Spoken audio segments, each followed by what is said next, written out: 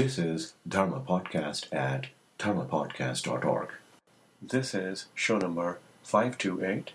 It was recorded on November 9th, 2011, and it is titled Living in the Mystery. The speaker for this episode is Sean Murphy.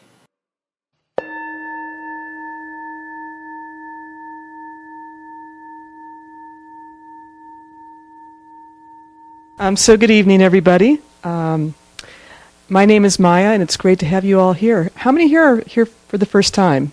Any first-time visitors? Great. Welcome. So this evening we have Sean Murphy with us for our Dharma talk. And Sean is a long-time Zen practitioner, over 25 years. He's from Taos, so he drove down here to be with us tonight. And he studied with Taizan Maizumi Roshi, with John Daido Luri, and currently with Jerry Shishin-Wick Roshi of the Great Mountain Zen Center. So Sean is also a wonderful writer, freelance journalist, published 4 books, including one that's called One Bird, One Stone, 108 American Zen Stories.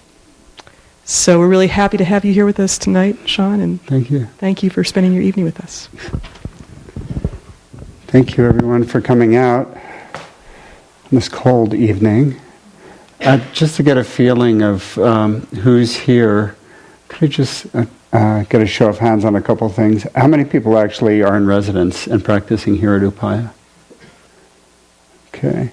How many people are not in residence here but still consider Zen their core practice and have a strong practice? Okay, good. How many people meditate sometimes? Okay? All right, good. All right. What I'd like to share with you tonight, it's funny, I always have to come up with a name for these talks, and so the name I came up with for this talk was Living in the Mystery, and the mystery I'm living in right now is what am I going to talk about?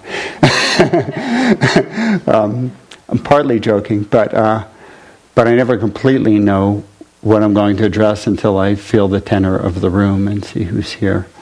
I'd like to talk a little bit particularly about the mysteries of time and space in human perception and how they contribute to creating this sense that we have of an individual self that's always getting into trouble, right?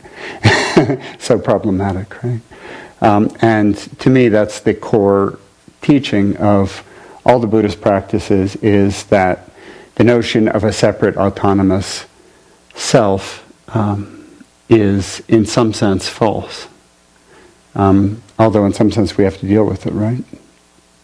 So that's an apparent paradox, but and a lot of people, because it seems paradoxical, they kind of make the automatic assumption that, well, it's something that I have to practice for 40 years to even touch or anything like that.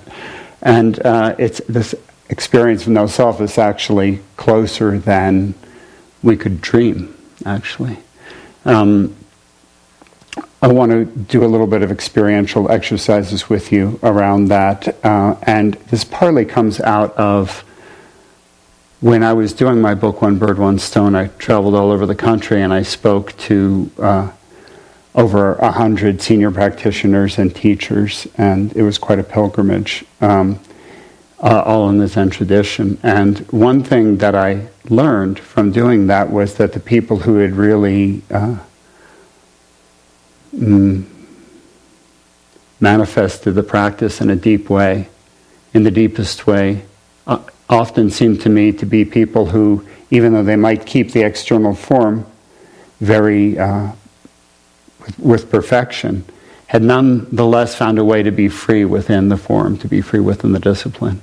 And that's a particular issue, I think, of we who practice Zen, because it can seem quite formal. So it's quite interesting to realize how much room there actually is inside the form, and what people are doing inside their own minds and hearts can be, well, there's quite a range, you know.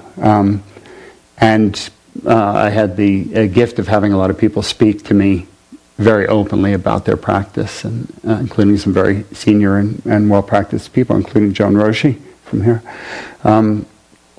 So that's given me kind of some interesting, unique insights on what, kind of goes across and is shared by all the different approaches and the different lineages. And I also went to Naropa Institute, so I got quite an eyeful of Tibetan and Vipassana style Buddhist practice too. And then I've in recent years had the challenge of presenting meditation to college students at UNM Taos. And I've been doing that for about 3 or 4 years. And so, of course, the challenge in a college setting is to present Zen directly without hardly any of the form. So it's to just go to the core. And also to help people in one semester have some sort of taste of what the practice might be. And to try and help people liberate come to an understanding of their minds that's liberating. To some degree, even in a few short months that I might have with them. So I'd like to actually start by doing an experiential exercise, because we just sat. 15 minutes is actually a short time to sit, so maybe before that all disperses, I can just ask you to see if you can re-enter that mind. And what I'd like to do is just guide you for just a couple of minutes into a meditation that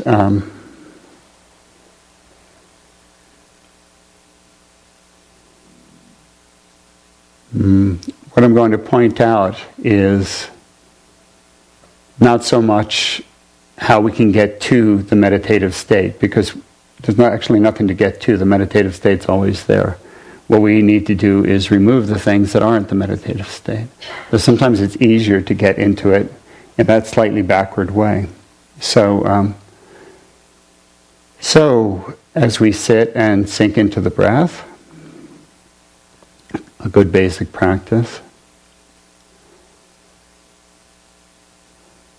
I'd like to invite everyone to be willing to consider the possibility that whatever Zazen or Zen meditation or any style of meditation is about, it's not about ruminating over the past. Do I have kind of a general agreement on that? Okay. It proved very helpful to me at a certain point in my practice to notice that a very, very high percentage of my thoughts had to do with the past, whether it was the past of a couple minutes ago or the past of 40 years ago. So there's many good reasons to think about the past, to learn from the past. It's part of what we do as human beings. But in Zazen, in meditation, it's of no use to us. So I'm going to ask you for just a couple moments, without trying to manipulate our experience really, or get to anywhere. Just notice if thoughts come up that have to do with the past, and know that they're not our business while we're doing Zazen, so we can use that recognition of what we're thinking about as a little bit of a lever to let it go or not pick up on it.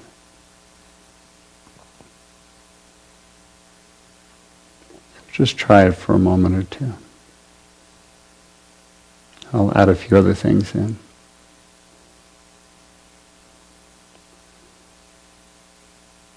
If no thoughts come to mind, great, you're already doing it, so you can ignore everything I'm saying. Sometimes that happens. When we look for them, they become shy.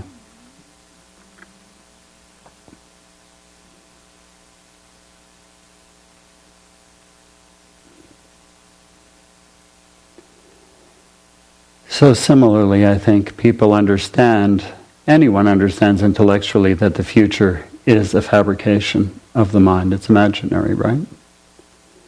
It may not happen.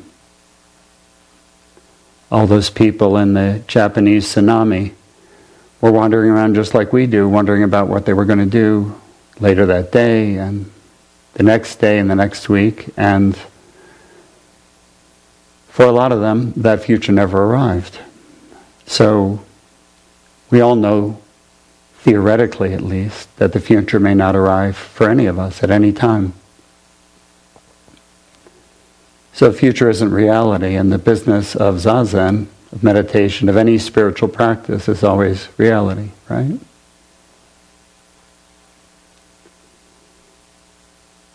So now we have two things to watch for when they arise. Anything having to do with the past, anything to do with the future. And we use that as impetus or inspiration to just go, oh, look, that's the future. That's not reality. It's not what's happening now. It's not my business. While I'm sitting, not my business.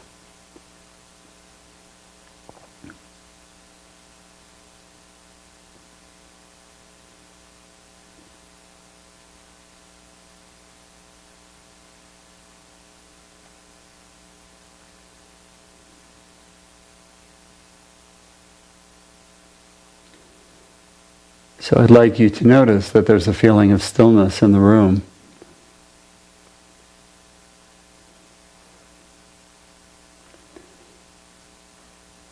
And even though we may focus on our breath or some other practice, the feeling of stillness is the sign.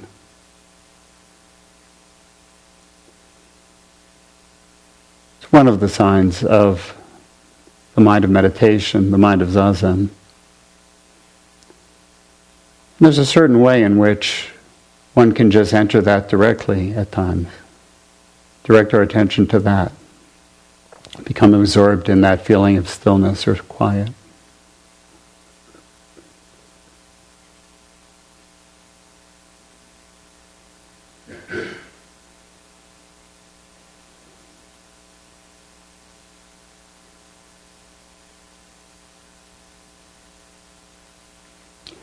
And particularly to notice that it's enjoyable.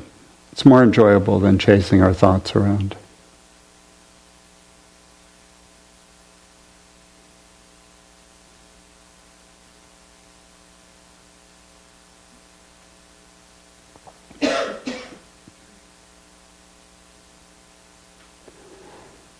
So furthermore, I'd like to point out that the mark of the conceptual mind is to think. And I think we all know that thinking isn't our business in meditation. It can be surprisingly nebulous for us to notice when we're thinking. So I suggest that for most of us, if there are words coming through our mind, that's one brand of thinking that many of us may experience.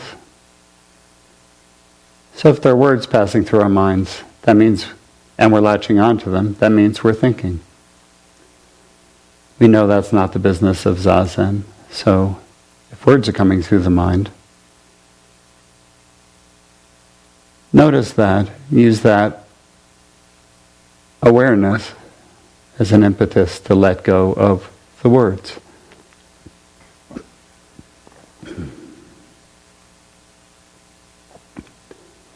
Some people think in images. We all dream in images. So if there's a series of images or a mental movie,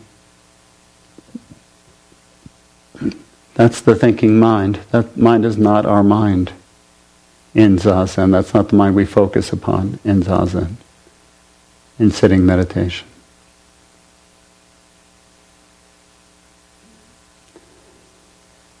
So if we let go of preoccupation with words, language coming through our heads, or pictures,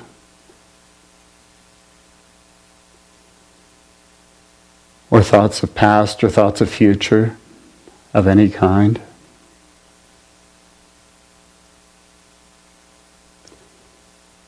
and while we're at it, what we call the present moment is defined by past and future, so we can let go of any idea of that too.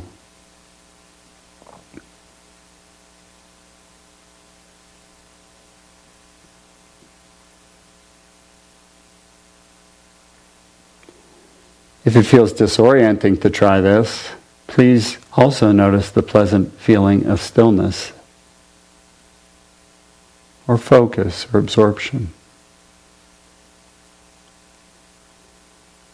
And notice that that feels safe. It's okay to surrender to just being.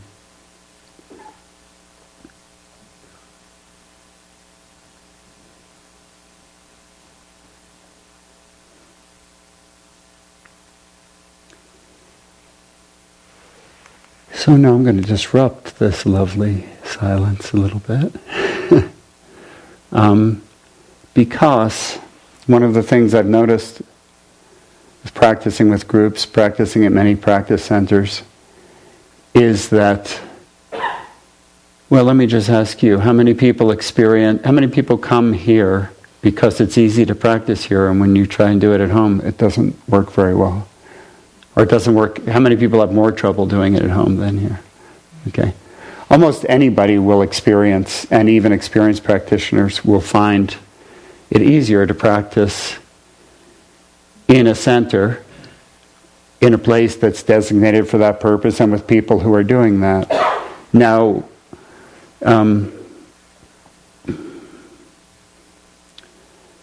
when I point to that feeling of stillness or silence or absorption, how many people felt that at least for a moment?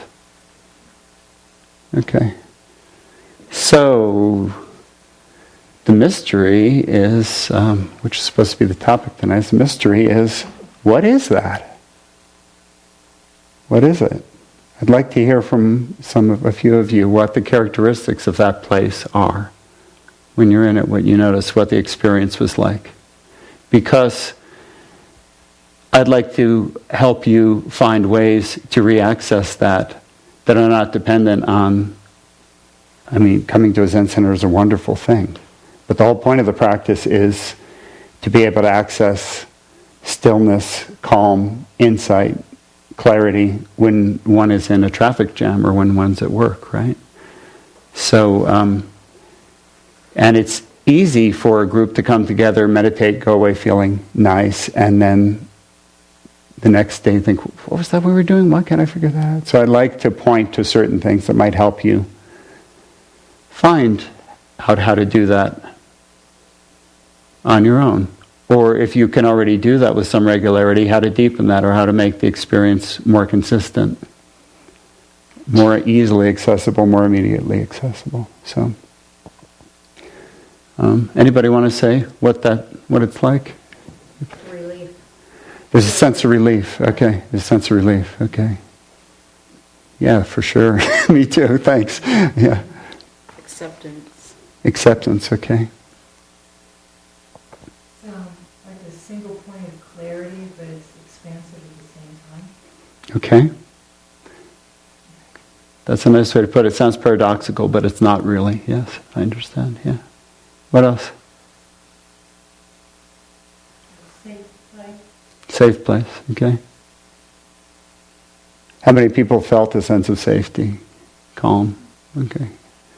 How many people, and this is okay, sometimes people feel uneasy, which is why I brought that up. How many people feel uneasy when you let go of, it's like, okay, wait, if I let go of past, future words, images, what am I?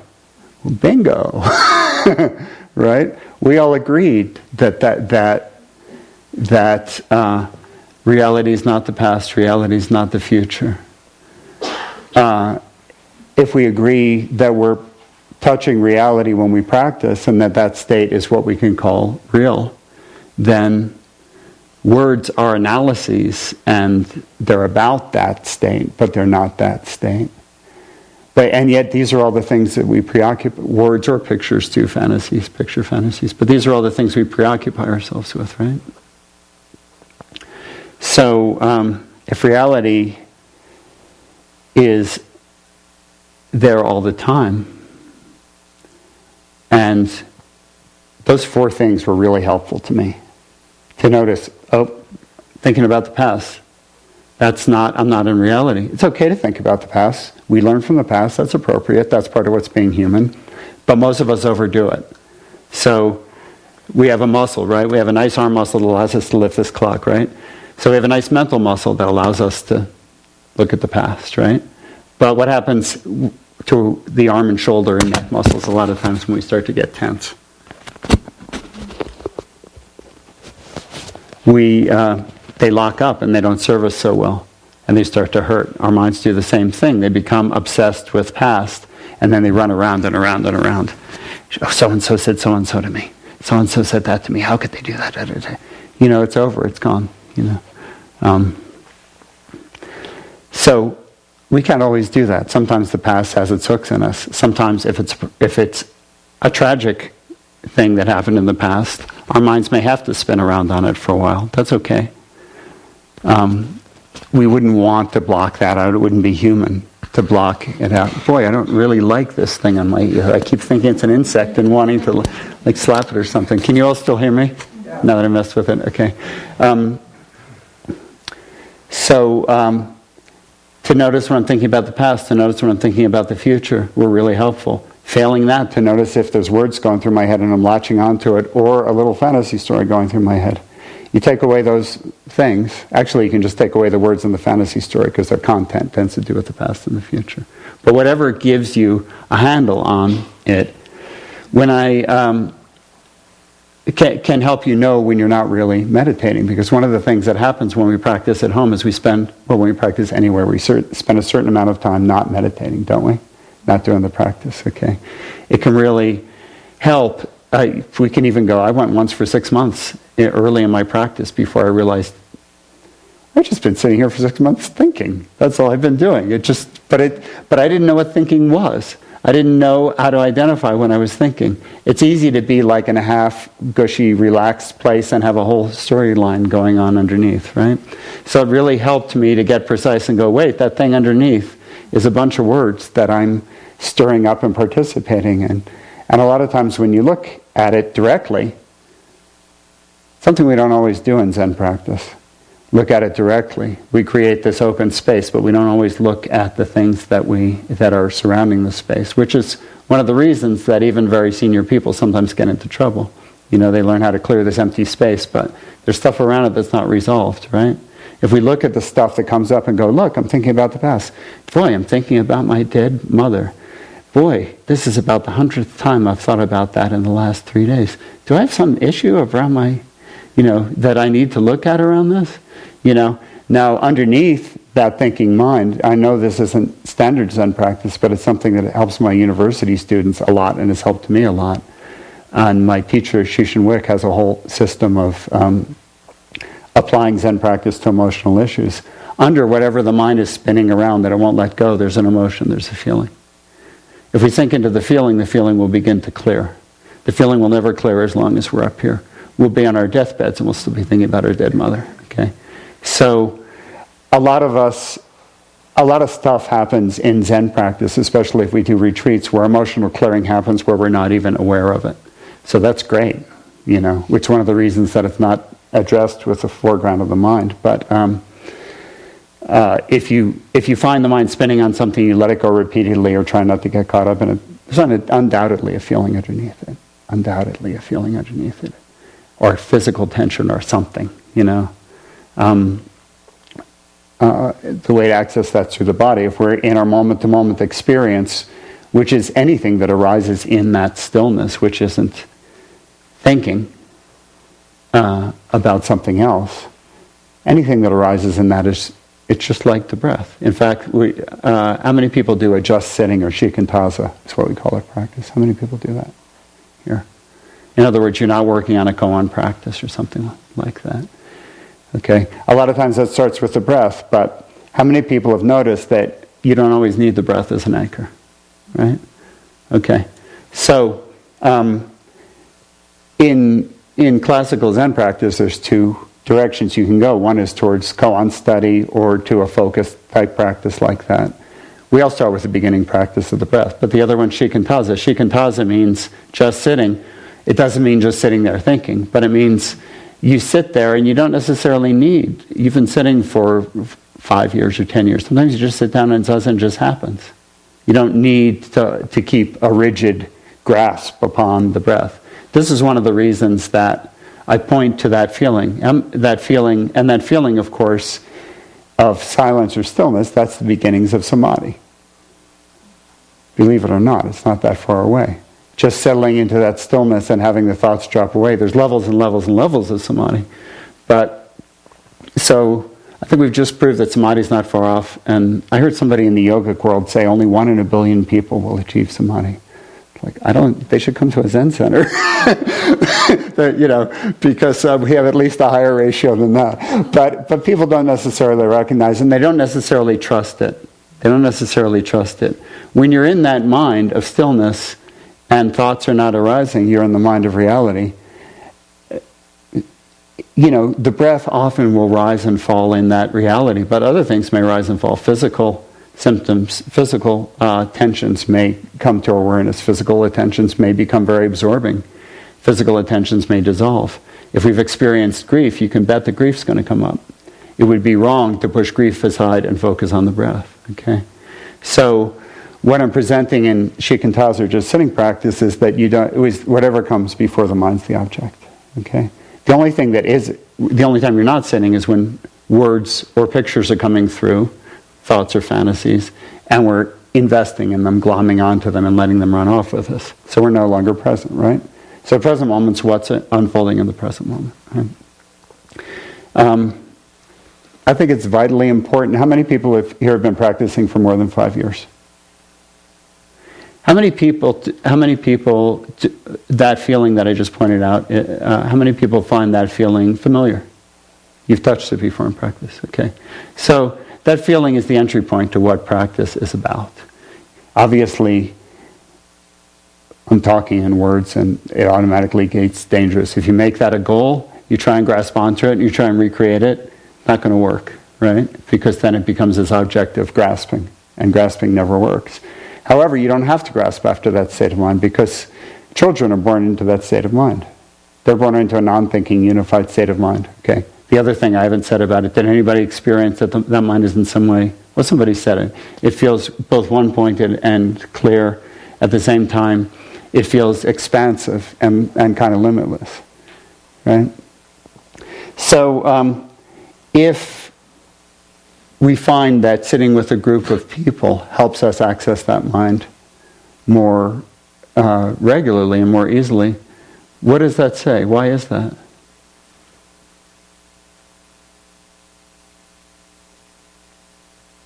What do you think that is? Entrainment. What's that? Entrainment. Okay, so how do you define that entrainment meaning?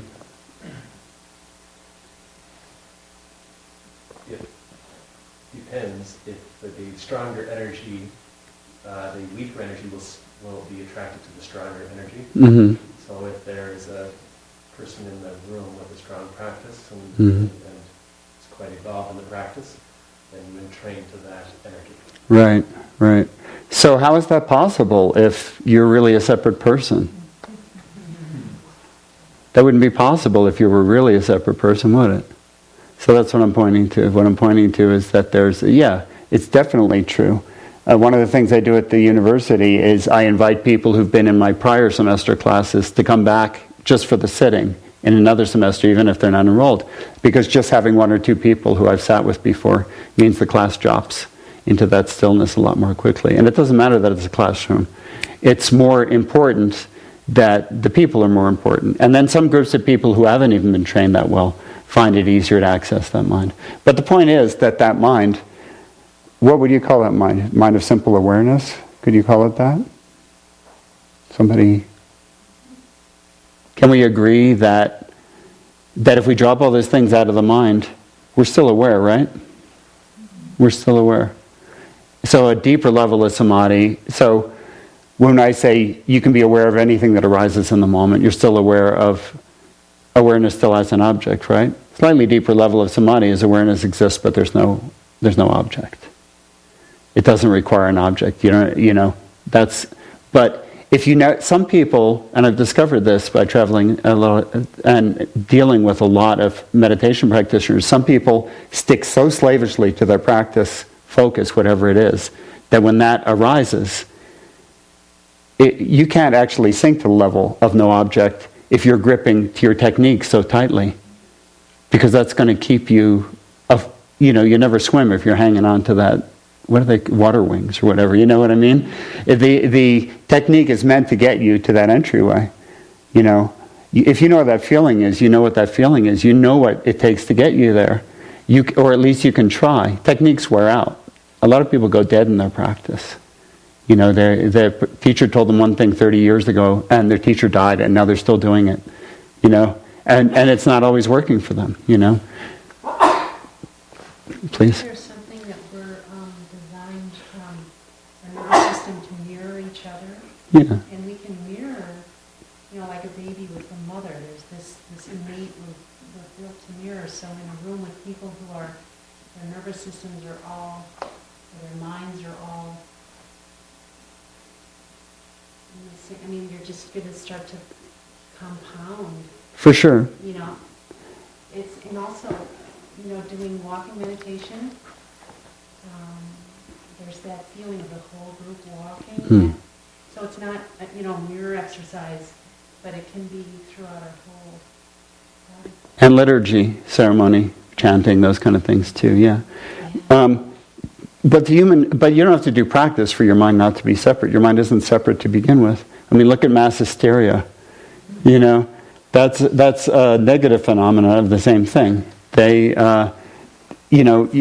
people who get swept into mass hysteria, they don't need to undergo any special training. I don't know of a training program for mass hysteria. It just happens, It happens because there's certain heightened moments in which the barriers between our minds, the apparent barriers, are less apparent. Okay, so one of the things that we did also in that exercise, and I point these to you not as intellectual things to think about, but things to think about in the right way. If you go away and you go, is that really true? I'm going to try it next time I practice. That's the right way to think about it, not to go through some whole logistical thing. Sometimes people say that Zen or Buddhism in general is anti-conceptual. Well, it's not. It's full of conceptual. Otherwise there wouldn't be tomes and tomes and tomes and reams of stuff that we can read. But what it is it's not. We can't access even that simple state of mind that we access through the linear mind thinking about it. It's got to be practiced. So if you go away and you hold the concept in your mind, sitting is not about past, future, words, or pictures. That's a concept you're holding in your mind, but it's intended as a pointer to go away and practice with, not something to go and conceptualize about, right? Okay. So one of the things we did when we talked about past and future, when I got to the point where I said the present doesn't make sense except in context of past and future, how many people kind of got, where I was headed with that, why that is so? Okay. Yeah, it's really hard to point at things without some concept, so we point to the present moment, as a way of directing our attention, yeah. I just wanted to say how that changed everything for me, was not having thoughts about the present. Yeah. I have some physical things going on that make me stuck in the present instead of the past. Yeah. Yeah. Well, one interesting thing is Dogen says we are time. That's how close our day-to-day human consciousness is wedded with time. Now, it's one of the reasons that I try to talk as out of time, which is what my intent was, is that stillness or silence or focus or whatever you want to call it is one of its qualities is it has a timeless quality. How many people notice that? Okay. So reality has a timeless quality. This is why all religions feel a need to somehow put an eternal element in there. Isn't that true? We're either born into another life, or we came from another life, or we're born into heaven, or we're born into hell, or we always were and always will be, or God always was and always will be, or some way or another they tussle with eternity. Once we try and explain it crisply, we always get into trouble because we're dealing with concepts and it can't be bound by concepts, right? But it has a timeless quality. The deeper you get into samadhi, the more time will vanish. There's experiences of complete samadhi that maybe, I'm sure many of you have had, where time seemed to go away altogether. When time goes away altogether, what else goes away? What else? Space also goes away. Did somebody say the self? That's what I was looking for. Yeah, the self goes away. If I ask you, if I ask you what your name is, I'll pick up Maya because I know her name, and I say, but don't reach into the past to answer that question. What's your name? I don't know. Yeah. How old are you? You don't know. Okay. Where were you born? Whatever. What's your gender? What's your relative state of health? How enlightened are you? None of those things. How's your practice? None of those things. Okay, those are all explanations or stories that we assign to ourselves. So, in classical Buddhism, you don't see this much in Zen, but there's a system called the 5 skandhas or the 5 conditions, which I find really, really useful. When we hear the 5 conditions or the 5 skandhas are empty in some of the chants, that's what it's referring to. But it's a model for how we human beings create reality. And the model is very simple. First, a perception. The first level is called sensation or perception. The second level is feeling. The third level is reaction. The fourth level, I call it labeling just because it's simpler. I change some of these terms just to anglify them, make them simpler. The fifth level is a story. So it works like this. You touch something hot, there's a sensation, right? There's a feeling. The feeling's bad, right? There's a reaction to that feeling, which is to pull the hand away. There's the immediate assigning of a simple conceptual label to that, hot, right? And then we come to the problematic, the story, right? Then it's like, God damn it, Fred left the stove on again. How many times do I have to tell him to leave the hot sign on when he's just whatever, there's kids around here and kids can be burned. And I knew a story once of a kid who had their whole face burned off and their whole life was ruined. And life is too short to be dealing with things like, okay, next thing we're off to the moon, right? Well, the self is also a story. If I ask Maya to not go into the past and future, it's really difficult to tell a story about the self. Really difficult to tell the story about the self. Okay, all of a sudden, who we are becomes really different and not so difficult, right? To access our problems, don't we have to go into our memories, right? That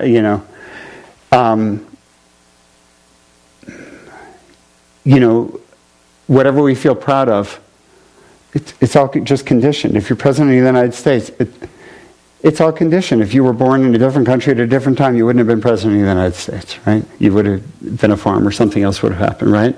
It's not. People can be so proud of how conscious they are. Oh, we're so conscious. How gentle I am. How nonviolent I am. Well, what if you were born in the 1100s in the middle of the Dark Ages in Europe? Your whole outlook might have been different. It might have had to be different, or you might not have survived, right? So many of these things we assign to us are really a story that we tell ourselves. And one way of looking at the self is it's a story we tell ourselves over and over and over again until we believe it. And then it starts to seem pretty darn real, doesn't it? It starts to seem really true. So the example I sometimes use is, I was born in 1957. I'm 54 years old now. In my mind, in my conventional mind, when I just think in terms of my ego mind, which, believe me, I still have, and everybody you know still has, and every Zen teacher still has. It's a matter of you start to see through the egoic mind, and it starts to have different uses, and it starts to not weigh upon you so much. But you need your egoic mind. If you drive home and you get pulled over by a cop, believe me, you're going to need to tell your story. When you were born, you're going to need all that information. That's your egoic mind. It's not really a problem, But in my mind, once I pull that up, I think, oh, wait, I have had a continuous Sean-ness from 1957 up to the present day, right? If you really look at it, especially in the context of meditation, it's not so. I could sit down with any of you, and if we sat down for a whole day and I tried to tell you the story of my life, I'd run out before the end of the day, because most of it's been forgotten. And even the pivotal things that I remember have been dramatized, and if you asked my brother or my mother about them, they would disagree, So it's all a fiction. So I've got this fictional self that goes, yeah. Question for you. Yeah. I'm curious about that, because I hear what you're saying, and around the story in the context of practice, and it's dropping it. But I'm also curious and you're a writer, so I think there's also times when story, like in a different context, has a really, it can be like, very healing, and there's like a potential there for healing and power. So, Yeah. like, I've always wondered this as a practitioner and a writer too, like how do I sort of balance, the healthy use of story and the unhealthy use? Well, when we talk about letting go of the self or letting go of the ego, what we're really talking about, there are experiences of the ego in which the ego self can vanish completely. But we never think we're going to come back to the cushion and our bodies aren't going to be here, do we? No. Even though we can have an experience of the body dropping away, well, the ego is the same way. The ego, individual personality self's the same way. The body can get healthier and so can the ego self. It can be put in service of something better. So we can start to see through the story, but we still have to use the story. We're human beings. We're containers of meaning. I have to remind myself, for instance, okay, what happens if I drop the story of what everybody in the world tells me is important and why we should live? Okay, I'm not going to live for some rebirth that might or might not happen. That doesn't make meaning to me. I can see that that's a story. I'm not going to, I'm not going to live to get to heaven because I don't believe in that story.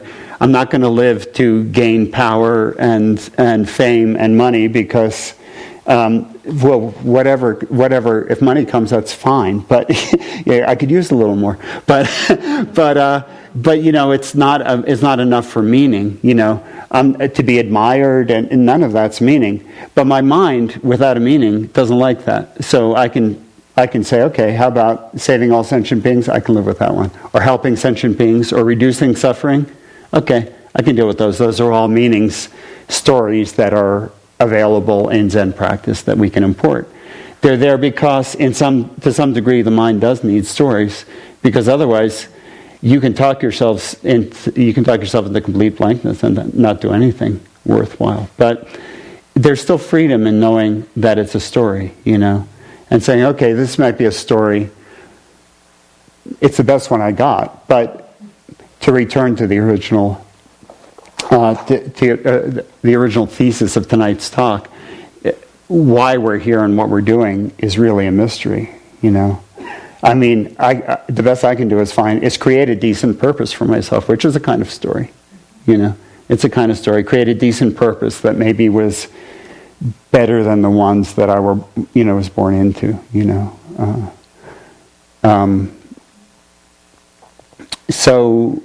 and Zen's full of stories. Some of the stories are designed to get under the edge of your own personal story and knock it over, That's really the purpose of what I'm saying here tonight is we all feel bound by habitual ways of acting and habitual patterns that seem to recur in our life and habitual ways of being that seem really locked in stone. And, I said, my life, if I get in that frame of mind, feels continuous from age 57 to now. Well, my grandfather died when I was 84, when he was 84, sorry. And so I always, in my mind, think I'll live as long as my grandfather. So if I go into that linear, conceptual, normal mind, I'm carrying around this 84-year-old man, who I think I am in some way, you know what I mean? It's when actual reality is so much simpler. Actual reality is, here we are, and the next moment will come, and the next moment will come, and the next moment will come, and the next moment will come.